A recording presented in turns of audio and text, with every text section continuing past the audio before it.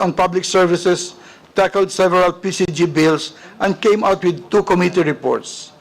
One, Committee Report number 431, covering Senate Bill number 2902, an act providing for the administrative and reorganization of the Philippine Coast Guard, repealing for the purpose Republic Act number 9993, otherwise known as the Philippine Coast Guard Law of 2009, now pending on second reading. And Committee Report number 432, adopting House Bill number 10841 with amendments.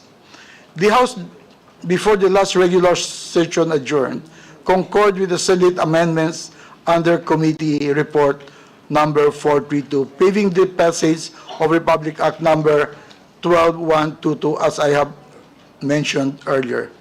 For the record, I would just want to inform the body that the committee adopted this amendment of the Senate, considering the information that the Senate at that time informed us that they will not yet be able to pass their version of the Philippine Coast Guard. So we just want to fast track. Now, considering that House Bill 10841 may have been lost by virtue of the passage of 12122, the House needs to pass a new counterpart bill, banking on the Senate's commitment to expedite the passage of SB 2903 for future discussion in the bicameral conference should both houses come up with their respective versions of the measure in the remaining days of the 19th Congress. The 19th Congress will resume June 2 and end June 11, and that barely gives us 6 session days to tackle all of this. So hopefully on the first week, we're able to pass it on second reading and pass it on third reading on the second week and tackle in the bicameral prior to the last day. And we're looking forward to have a Coast Guard bill finally to cover everything, especially the things that our retirees are waiting. We want to impress that we never forgot you in our actions. Given that House Bill 11433 is generally the same as House Bill 10841, except for the sections relative to the term of the PCG Commandant, which were amended to be consistent with the provisions of RA 12122.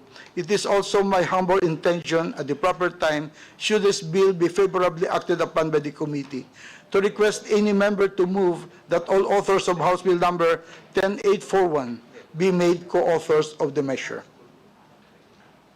Thank you very much. Thank you, Ms. Congressman Madrona. I understand extensive discussions and deliberations. Similar measures have been repeatedly introduced in previous Congresses since the passage of Republic Act number 9993 or the Philippine Coast Guard Law of 2009. However, the committee would like to give the stakeholders present a chance to give their final or additional comment before we act on the measure. And before we continue, I would like to relinquish my seat to Vice Chair Madrona to preside over the meeting. Thank you. Thank you very much, Congressman Plato.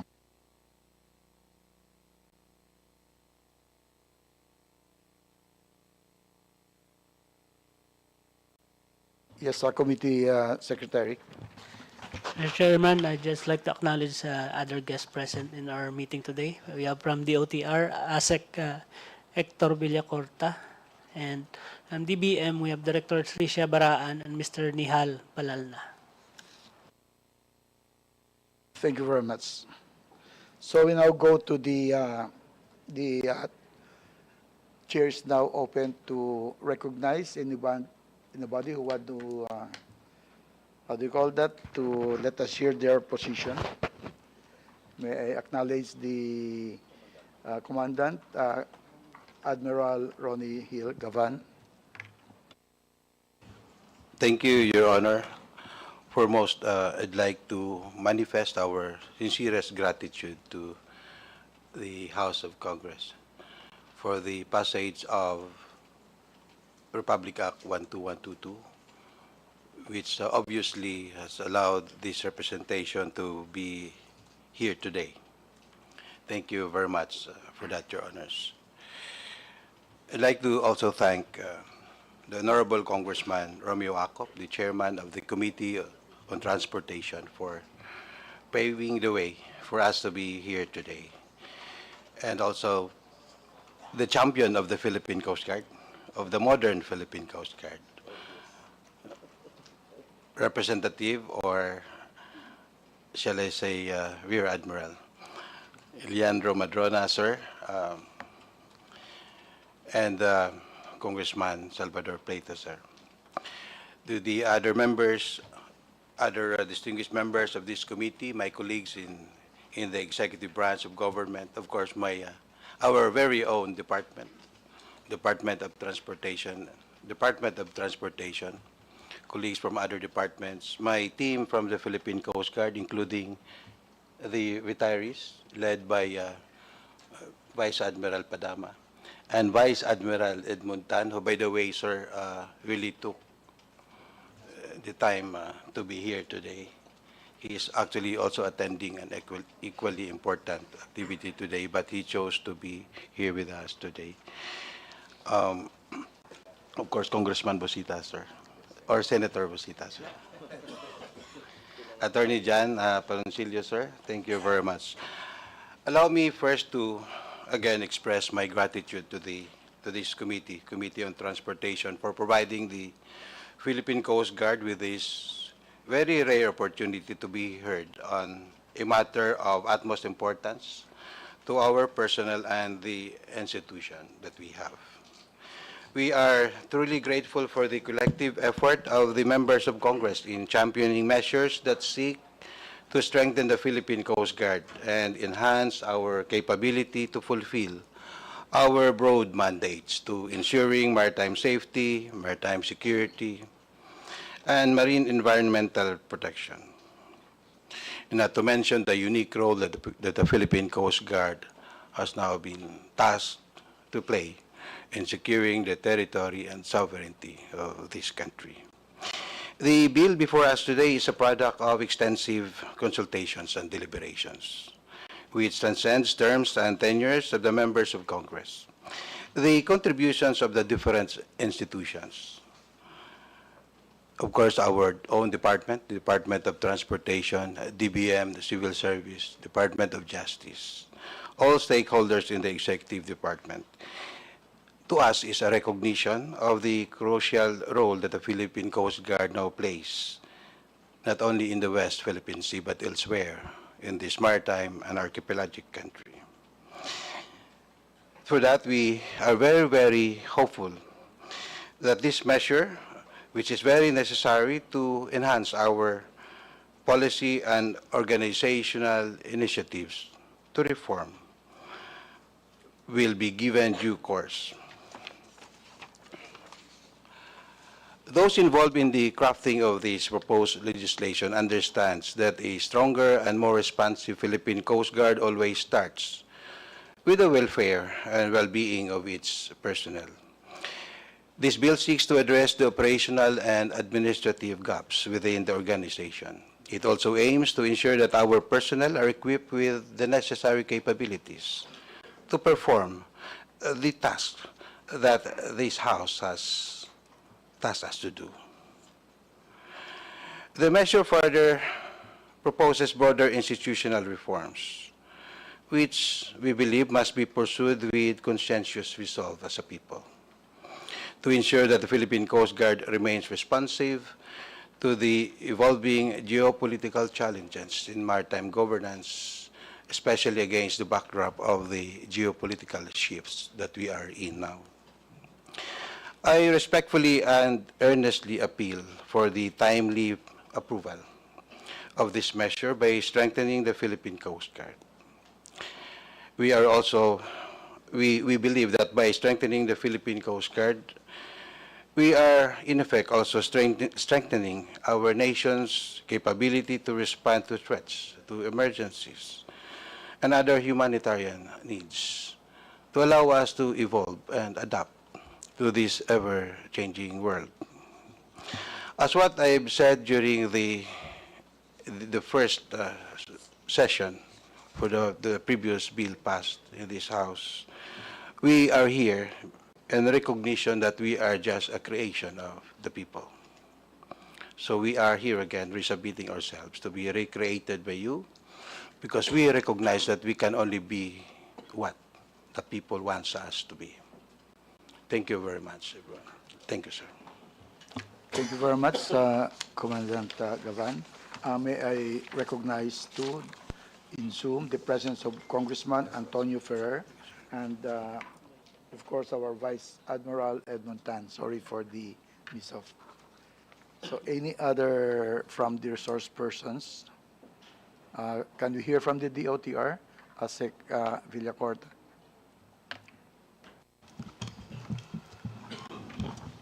Good morning, Mr. Chairman, members of the committee.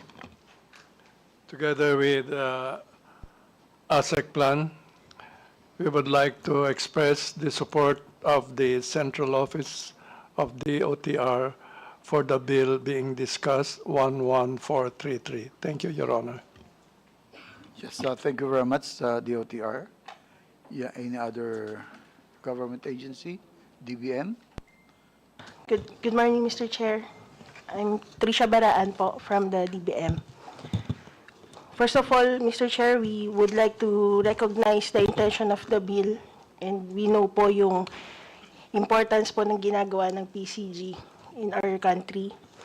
And regarding po on House Bill 11433, we would like to manifest po few comments po on specific sections, if we may be allowed po. Yes, kindly go ahead. Okay, thank you. On Section 3 po, mentioning na by kilometer po yung requirement ng PCG personnel. Baka po pwedeng, baka estimate po ng specific number, kasi mahirap po nating ma-estimate din po yung magiging funding requirements po nito. Yes, Attorney Tricia, if you will note, that provision is specifically while saying that it is 3 personnel per kilometer, it is subject to DBM, right? But with all due respect, at the appropriate time, we're intending to, how do you call that, to amend this provision on the floor in accordance with your concerns. That is duly noted. Thank you. Thank you po, Mr. Chair. And on Section 7C, on the meaning of non-uniform personnel, we would like to propose po a definition to be clearer po. So instead of non-uniform personnel, we would like to state the same as civilian employee, which shall refer to non-uniformed, permanent, temporary, contractual, and casual personnel whose appointments are being attested by the Civil Service Commission. I think the proposed amendment is noted. At the appropriate time, we will include that in our amendments on the floor. Okay. Thank you, Mr. Chair. And on Section 12 po of the bill, specifically on the tenure of the personnel, we note lang po na may difference po siya from the AFP. Like yung Commodore po, Captain, and yung Chief Petty Officer. Sa bills po kasi nakalagay either 5 years or 10 years, but sa AFP po, 3 years or 8 years lang. But we respectfully defer po to AFP and PCG kung Yes, okay po sa kanila. Commodore Gaban, any comment on that? Yes, sir. Thank you, Your Honor. For the Philippine Coast Guard, we will defer to the wisdom and the law of the AFP. Okay, so the committee will take note of that and again introduce the necessary amendments on the floor. Thank you po, Mr. Chair. On Section 16, which states that the non-uniform personnel shall establish their own plantilla positions, we have reservations on that specific wording po. since the creation of civilian positions in the PCG should conform to the existing established organization, staffing, position classification, and compensation rules and regulations of the DBM and other pertinent laws po. Kindly rephrase and submit formally to us. And again, for consideration to be tackled on the floor as an amendment. Thank you po, Mr. Chair. And on section 28 on emergency and medical assistance for PCG, we note po na may hospital na po ngayon ang PCG and may funding naman po siya sa GAA. So, Yes. baka po hindi na ito kailangan. Admiral Gavan. Thank you, Your Honor, sir. Sir, we are really appealing to have that provision included, considering that the Philippine Coast Guard is broadly dispersed across the archipelago. While we might have a hospital in the National Capital Region, it cannot address the needs of our people in the countryside. So it is more practical, it is more responsive to have an emergency medical fund to cover the needs of our people. We are appealing that it will be considered, Your Honors. I would remember that during the discussion of this bill on the committee previously, that was extensively discussed, and the committee agreed to go through with the proposal. So we apologize for that, but anyway, please understand that Coast Guard personnel can be found in the farthest island. And imagine if we don't have the necessary medication or medical assistance that we could extend, that is making them feel that they are not being loved in considering their job. Yes, Admiral. Thank you, Your Honor, sir, for our common recognition, perhaps. In contrast to that being enjoyed or availed of by the AFP and the PNP, all Coast Guard personnel are spending their own money to look after their medical needs or health needs everywhere, anywhere in the country. We are the least supported in terms of, or in fact, almost not supported insofar as our medical needs concerned. We are only enjoying the medical support being availed of by the regular citizens of this country, those who are not subjected to harm's way. So I think it is equitable for us to have some support from the government because we are expected to go the harm's way. Yeah. Thank you very much, Your Honor. Yeah, duly noted. Yes, kindly go ahead. Thank you po, Mr. Chair. On Section 35 po, benefits for total permanent disability, and Section 38 on survivor benefits, we note po that these benefits are also provided to AFP. So baka lang po kailangan to be uniform po to other uniformed personnel, to be sure lang po. Yes, Commandant Cabal. Yes, thank you, Your Honors. Yes, we submit, Your Honor. We'd like our law to be in harmony insofar as our benefits concerned, to be in harmony with that of the armed forces. At the end of the day, when things get worse, the Philippine Coast Guard is expected to work hand in hand with the armed forces.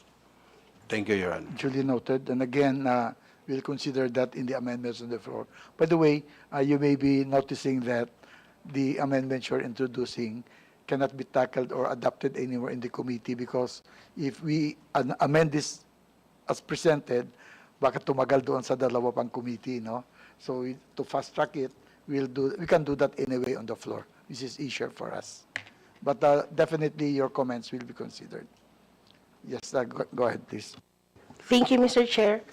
On Section 45, Coast Guard Internal Affairs Service and the proposal for the creation of Coast Guard Academy, we note po that there are existing units in the PCG that already implements these functions po.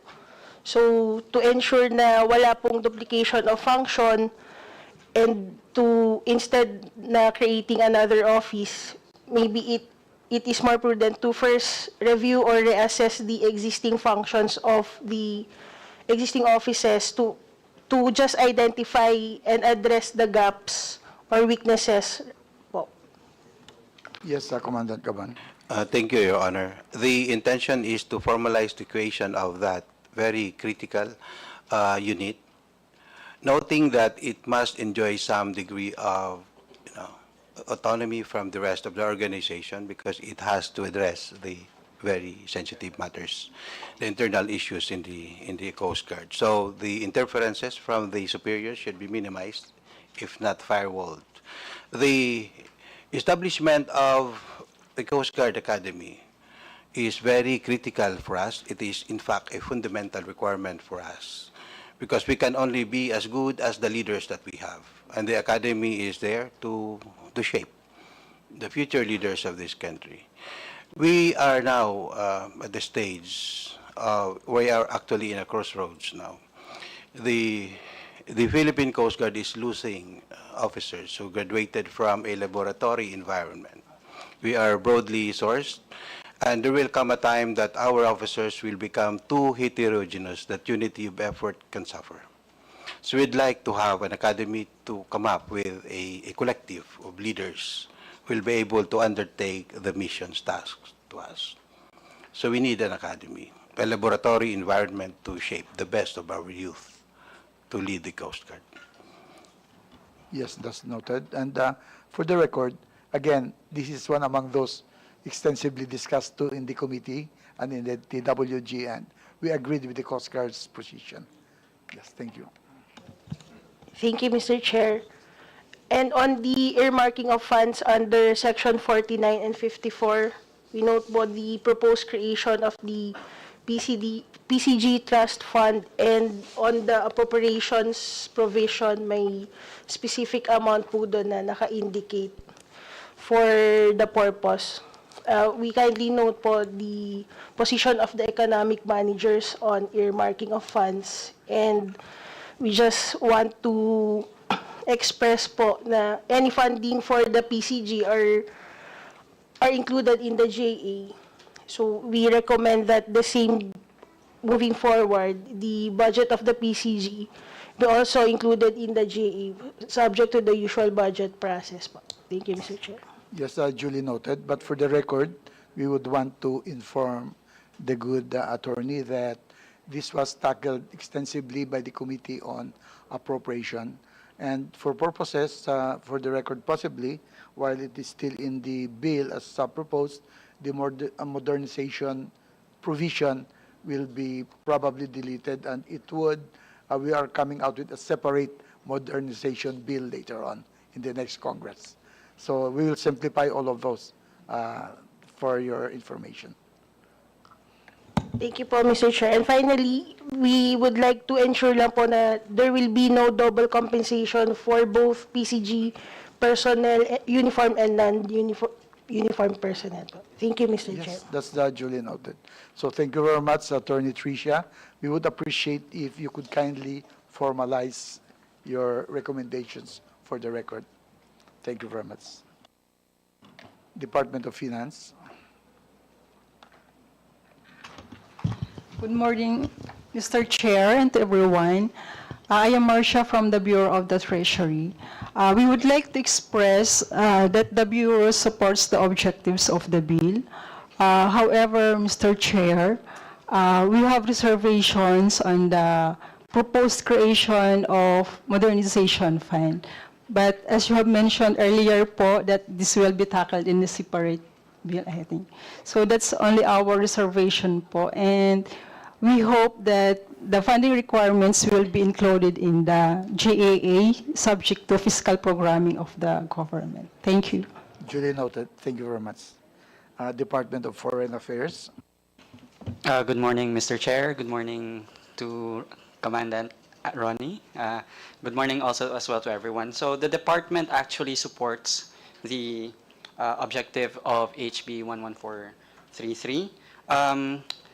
But we have already also submitted our position on this on certain provisions. We would just like to reiterate them here on the floor, sir. So, particularly on Section 4, powers and functions of the PCG, we would just like to reiterate again on the importance that provisions from UNCLOS, the United Nations on Convention on the Law of the Sea, especially Article 73 of the law, be included. I don't want to specify on what provisions these are anymore, since it will be tackled, as what was said earlier, it will be tackled in a different session. And also, perhaps we would allow the PCG through the Department of Justice to file complaints as appropriate and necessary. And lastly, also on Section 4, to have the PCG the authority to seize and search and seize vessels in accordance with UNCLOS and also other international maritime instruments. And another one is on Section 24 on the Maritime and Coast Guard Attaché provision. We would just like again to reiterate that it should only be optional, not mandatory. And lastly, on Section 50 on loans, grants, bequests, and donations, especially on foreign donations, that it should be in accordance with the process of the General Appropriations Act. That it will be conveyed to the department and approved by the President. That's all. But other than that, we support the objective of the House bill. Thank you, Mr. Chair. Yes, thank you very much. Duly noted. We don't have a representative from the DND, so we go to Department of Justice. Good morning. Good morning, Mr. Chair, members of the committee, and our colleagues. We would like to manifest our support for the proposed institutional improvements to the Philippine Coast Guard. We have a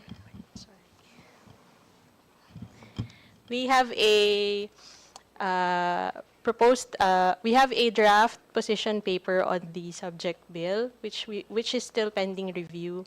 However, if you will allow me to share some of our comments, minimal only. Yes, kindly go ahead. Yes, so one of our comments is, in case of specific functions that are identified and added in the bill, such as the auction power, the power to auction of RECs, as well as the additional function of the legal service of the PCG and the DOTR. So we note that some of the lawyers of these agencies may be already performing other functions on top of their regular duties. So just as in the implementation of the law, maybe to review the plantilla positions and their deliverables as well. So just minimal. Very much, ma'am. And kindly expedite the submission of your comments. So we go now to the National Security Council.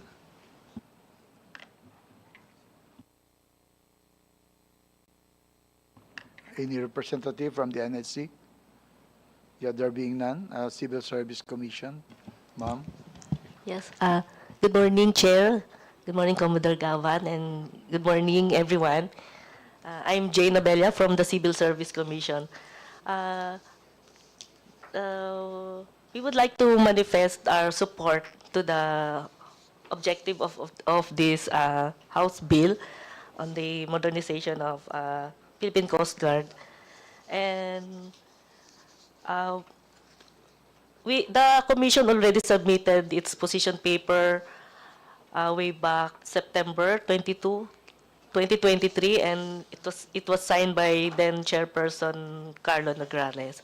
And we would like to reiterate our comments there, particularly on the appointments of uniform personnel.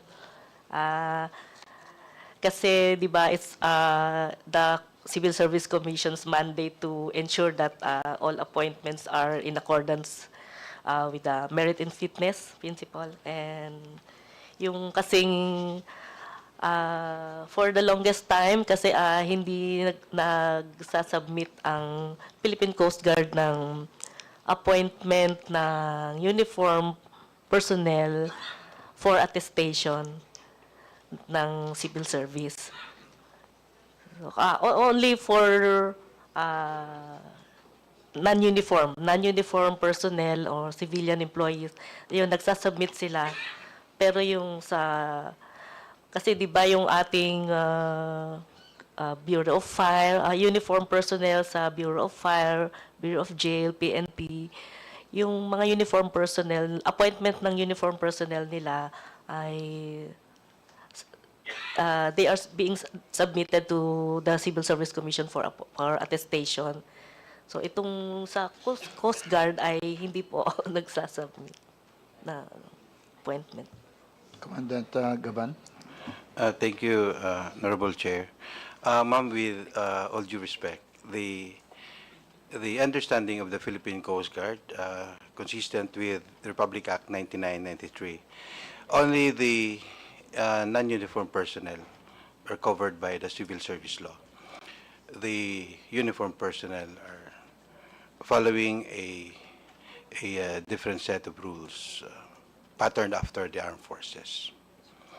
The reason for that has been tackled intensively in the past, and just to emphasize, the Philippine Coast Guard has become a sui generis agency.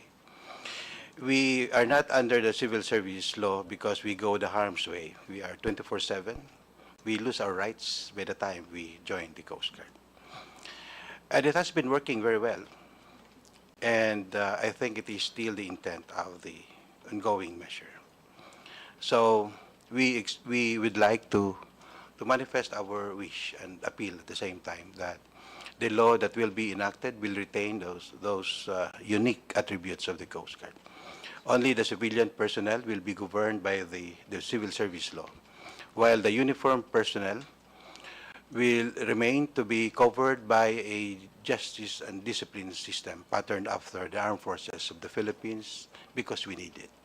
We need a disciplined Coast Guard to defend this country. So that is the reason, ma'am, why we are not submitting the appointments of the uniformed personnel of the Philippine Coast Guard to the civil service law. But we do submit the oath of office that we sign for record purposes, consistent with procedure. Only the Yes, ma'am. Sir, we'll take note of that po. So Thank yung the bill only covers those civilian employees of the Philippine Coast Guard. Yes, ma'am. And yung uniform ay not covered by the civil service. Yes, ma'am. So we are a kind of a distinct creation of law. And actually, it is also giving us some challenges in explaining to the people what we are. Because we are not civilian, but we are also not military. So what we are the Coast Guard as created by the law, a unique entity. Thank you, sir. Thank you, ma'am. Thank you very much, ma'am.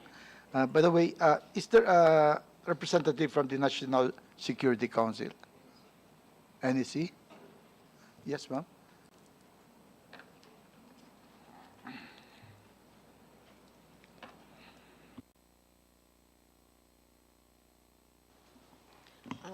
Good morning, fellow workers in the government. Mr. Chair, we are in support of the passage of the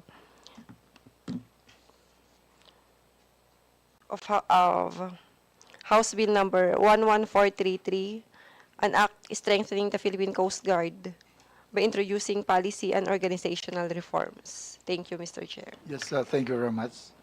May I now recognize the Philippine National Police Maritime Group. Morning, sir. To the Honorable Vice Chairperson of this team committee, Honorable Eleandro Jesus F. Madrona. Presiding Officer, Honorable Salvador Plato, sir. Other members of the committee, fellow resource persons, and other distinguished attendees, a pleasant morning to everyone. I am Police Major Alvin De La Torre Santillan, Chief Plans and Program Section of the PNP Maritime Group, together with Police Major Marlo Gabato, appearing before this honorable committee as the designated representatives of our Director, Police Brigadier General Jonathan A. Cabal, who despite of his strong desire to attend this hearing personally, is presently engaged in another equally significant official commitment. On behalf of the PNP Maritime Group, we sincerely thank this honorable committee for the invitation and the opportunity to provide our insights and perspectives on the House Bill number 11433. We acknowledge the importance of this legislative measure and stand ready to contribute meaningfully to the discussions to ensure its effective and comprehensive deliberation. The PNP Maritime Group fully supports the proposed bill entitled An Act Strengthening the Philippine Coast Guard by Introducing Policy and Organizational Reforms. And while the PNP Maritime Group fully supports the passage of the proposed bill, this group respectfully seeks further clarification from this honorable committee regarding the proper interpretation of some provisions therein. It is imperative that the roles, responsibilities, and legal implications of these provisions are explicitly defined to prevent any ambiguity that may lead to the jurisdictional conflicts or operational inefficiencies among law enforcement agencies. First, on Section 4 of the proposed bill sets forth the PCG powers and functions.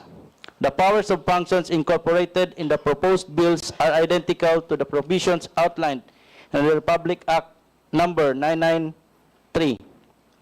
However, the scope of the legal implications on the paragraph K, L, and M warrants further clarification, particularly concerning the precise context of the PCG authorities in carrying out these functions. Section 4, paragraph K says that investigate and inquire into the causes of maritime incidents involving death, casualties, and damage to properties. Section 4, paragraph L, in coordination with other relevant government agencies, enforce and maintain maritime security and prevent or suppress terrorism at sea in accordance with pertinent laws and regulations. Section 4, paragraph M, assist in the enforcement of laws on fisheries, immigration, tariff and customs, forestry, firearms and explosives, human trafficking, dangerous drugs and controlled chemicals, transnational crimes, and other applicable laws within the maritime jurisdiction of the Philippines. This group respectfully seeks clarification from this honorable committee on whether the terms investigate, enforce, prevent, or suppress, and assist are used in these provisions expressly or impliedly confer authority upon the PCG, particularly on the power to initiate and file criminal charges for the offenses enumerated therein. The language of RA 9993 in its implementing rules and regulations, or IRR, does not clearly indicate whether the authority to initiate and file criminal charges for the enumerated offenses is encompassed within the PCG's powers and functions. Such clarification is essential to assess whether these functions may encroach upon or result to potential overlaps in the statutory law enforcement mandate of the PNP and other competent agencies. Secondly, aside from the enumerated powers and functions of the PNP provided under Section 24 of RA 6975, the same provision also explicitly states that, in addition, the PNP shall absorb the Office of the National Action Committee on Hijacking, or NACA, in the Department of National Defense, all the functions of the present Philippine Air Force Security Command, or the FAPSICOM, as well as the police function of the Coast Guard. Furthermore, Section 86 of the said law provides that the PNP shall absorb the functions of the PC, INP, and other narcotics command upon the effectivity of this act. All functions of the PAPSICOM and the police function of the Coast Guard shall be taken over by the PNP. Additionally, same paragraph of Section 24 of RA number 6975 expressly reiterated and incorporated in Section 1 of Republic Act 11279, which took effect on April 12, 2019, entitled the Act Transferring the Philippine National Police Academy and National Police Training Institute from the PNP PPSC to the Philippine National Police, amending the purposes of sections 24, 35, 66, 67, and 68 of the Republic Act 6975. In light of these provisions, this group respectfully seeks further clarification from this honorable committee on the proper interpretation of the law, specifically regarding the phrase, the police functions of the Coast Guard shall be taken over by the PNP under Section 24, and all these functions of the PAPSICOM and the police function of the Coast Guard shall be taken over the PNP under the Section 86 of RA 6975. This clarification is sought to be determined the specific nature and extent of the police functions of the PNP as purportedly absorbed under these provisions. Establishing a clear delineation of functions among law enforcement agencies is essential to prevent jurisdictional conflicts, ensure effective enforcement of laws, and uphold the rule of law within the country's territorial waters. Once again, the PNP Maritime Group convey its deepest appreciation to this honorable committee for the opportunity to present its position to this crucial and timely legislative measure. We fully recognize the critical role of the Philippine Coast Guard in ensuring maritime security and safeguarding our nation's waters against various threats and illegal activities. The official position paper of the PNP Maritime Group will be submitted to this committee as soon as it receives the formal approval of the Chief PNP. Thank you, sir. Good morning. Thank you very much. Any comment from Coast Guard? Thank you, Honorable Chair, sir. Those issues pertaining to our law enforcement function has been tackled well together with the Department of Justice and the others who are relevant to this, and they have affirmed that the Philippine Coast Guard needs these functions. And I think the reason why we're here is we'd like to evolve, we'd like to adapt to the changes that we have recognized in the field. There are voids in the existing legal frameworks that we have, and we must address those because this will be open to exploitation by the syndicates, by the criminals. And I think it is the reason why we're here. We have to adjust the law to be better. Thank you, Mr. Chair. Yes, sir, thank you. Kindly expedite the submittal of that position paper. Rest assured that we will again review our position, but as stated by the Commandant, we really extensively discussed this in the TW that we had previously. No? So we'll just have to go back to the records, and then rest assured that any inconsistencies or how do you call that, doubts that need clarification will be considered by us in our final submittal to this law. Thank you very much. Thank you, sir. We will comply, sir. Yes, may I too Zoom, no? May I acknowledge the presence of Congressman Ambrosio Cruz as through Zoom, no? Thank you very much. And may I now call the PCG Retirees Association.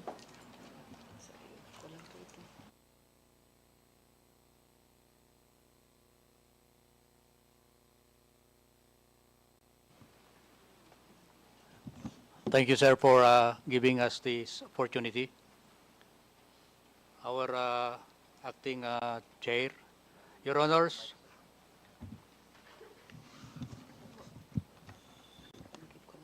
okay. Thank you very much, Mr. Chair, and Your Honors, on behalf of the PCG retirees. I would like to express our heartfelt gratitude to the committee for giving us again the opportunity to reiterate our support to the House Bill number 11433. We, the retirees, do not ask for more than what we deserve. All we want is to receive the refund of a deducted pensions and other benefits, including old age pensions, that our counterparts in other services or bureaus continue to enjoy. To be specific, we are here to rationalize our claim or reclaim of the more than 8,000 pesos that have been deducted monthly starting about 8 years ago from the pensions of our first Master Chief Petty Officers, Senior Petty Officers, and Chief Petty Officers of the PCG. This House Bill will reconcile the provisions of Republic Act 8220, where a retired Master Sergeant or a Chief Petty Officer is entitled to the retirement pay and benefits of an ensign or second lieutenant. And under Republic Act 9365, which a first Chief Master Sergeant or first Master Chief Petty Officer shall be entitled with the rank of second lieutenant or ensign, but with the retirement pay and benefits of a first lieutenant or lieutenant junior grade. Your Honors, your House Bill number 11433 will likewise rationalize the pensions and benefits of the retired 4-star and 3-star officers in the AFP with our counterparts. At present, we receive pensions one step lower than our contemporaries in the other services and bureaus. Before I end, Mr. Chair, Your Honors, may express our full support to the House for sponsoring the recent increase of monthly subsistence allowance from 150 pesos to 350 pesos of the deserving personnel who have proven the readiness and efficiency in protecting the national territory of our country.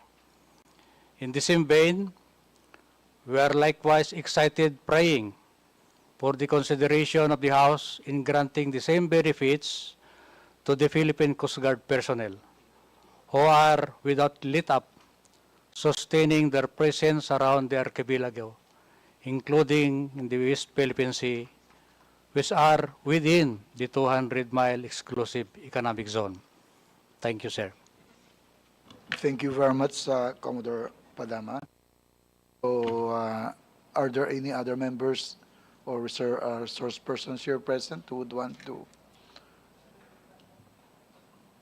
Okay. So there being none, may I request from our members any comments? Kong Plato. Thank you, Mr. Chair. Pwede bang magtanong? Can I ask the Admiral By all means. Gaban? Some questions lang po kasi tinatanong po ng ating mga constituents tungkol po sa West Philippine Sea problem. This is a highly sensitive, politically charged issue in our country. Public opinion, alam na po natin na hati-hati, where some Filipinos are calling for a more assertive stance against China, while others would like to maintain a good diplomatic solution dahil po sa kulang po tayo sa kakayahan, kulang sa mga equipments at mga bases po natin ay may kalumaan na rin. Ang tanong ko po, Mr. Chair, Admiral Gaban, sa patuloy po na tensyon sa West Philippine Sea, anong mga hakbang po ba ang ginagawa at inilalatag ng ating Philippine Coast Guard para ma-reassure po tayong mga Pilipino ng ating soberanya sa West Philippine Sea? How do we protect the welfare of our affected fishermen, especially in instances of bullying and violence with this Chinese vessel? Thank you, Mr. Chair. Yes, Commandant Gaban. Thank you, Mr. Chair. I think there are two things. One is the more specific issue on the protection of fishermen. On the issue of the protection of fishermen, the Philippine Coast Guard sustains its persistent presence in the various fishing grounds identified to be a potential problem area. And we are employing all means available to us, covert and overtly. On the issue on how we intend to protect the interest of this country, we are pursuing 3 tracks. One is maritime domain awareness and response. Second is coastal state administration. And number 3, international cooperation and engagement. On the issue of maritime domain awareness and response, we pursue it through the prosecution of laws, the prosecution of state interests at sea. By way of being present there, we fly the flag, and we do all we can to know what they're doing there, and we tell the world. It is where the calibrated, sometimes aggressive, transparency initiatives do the role. We inform the world that we are in this kind of situation now, and we are in the right side of the law. And I think we're getting the necessary support for that, to provide pressure in this geopolitical game. Second, on coastal state administration, our territories in the area will only be as good as how we're able to protect it, to be there, to be present. So coastal state administration means we are putting our units there to implement the law on land, in the coast, to tell the world that it is ours, that we regulate everything that belongs to us. And third, the security of the West Philippine Sea is not our sole concern. It affects the whole world. So while it is true that when the Philippine Coast Guard is there to protect the territorial integrity of this country and our sovereignty and sovereign rights, with this so much globalized world, where anything that happens in that global highway affects all economies in the world. It means we have to engage our foreign partners, our allies, those who have stake in global trade, to also do their part. And we are not alone in this. And I think we are progressing, Your Honor, in securing the interests of the country in a more peaceful and professional way, consistent with law. And we'd like to thank Congress for the continuing support you're providing the Philippine Coast Guard, so we'll have the necessary tools to undertake these 3 tracks at least. Thank you, Your Honor. Thank you, General Admiral Gaban. Curious lang po ako, kasi paano natin nagagampanan ng pagbabantay ng ating mga coastlines? Ang statistics na nababasa ko kasi, mga panlima po tayo sa pinakamahabang coastline all over the world. Mga 36,000 kilometers, more or less, saka 22.5 miles. Paano natin nagagawa? Paano pagbabantay po nito? Thank you, Mr. Chair. Yes, Sir Commandant. Yes, Mr. Chair, thank you very much. With the expansion of the personnel complement of the Philippine Coast Guard, we also established a program we call ICARE, or the Intensified Community Assistance, Awareness, Response, and Enforcement. Meaning, in community assistance, we are establishing Coast Guard substations in every coastal municipality or city that we have. It is a work in progress. That's why we're here, looking for more support. We have also intensified our ability to know what's happening there, the awareness, inwards and outwards. We have established coastal intelligence networks.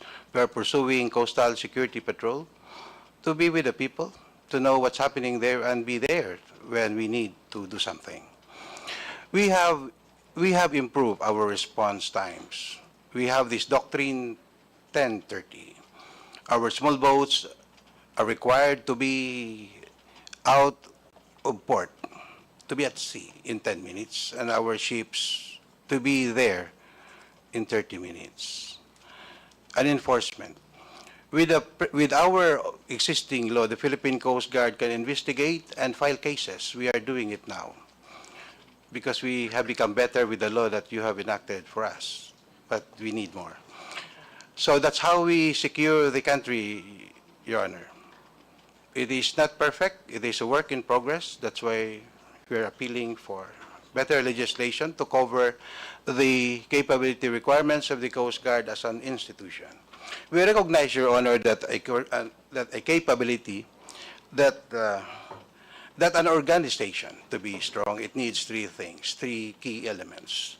The authorizing environment, or the law that defines what it is, the public value that we should achieve, or the value of the services that we do for the people, which is defined by law, and the assessments that we do, and the operational capability that will translate the law into real public service. So we recognize that, Your Honors, and that's why we're here, appealing again to be recrafted by you, because we are just a creation of you. Thank you, Your Honor. Thank you, Commandant. Admiral Gaban. Rest assured that I fully support this bill. As a member also of the appropriations, asahan po nyo na madadagdagan natin ang pondo nyo. Thank you, Mr. Chair. So thank you, Congressman Plato. Congressman Bosita, any comments?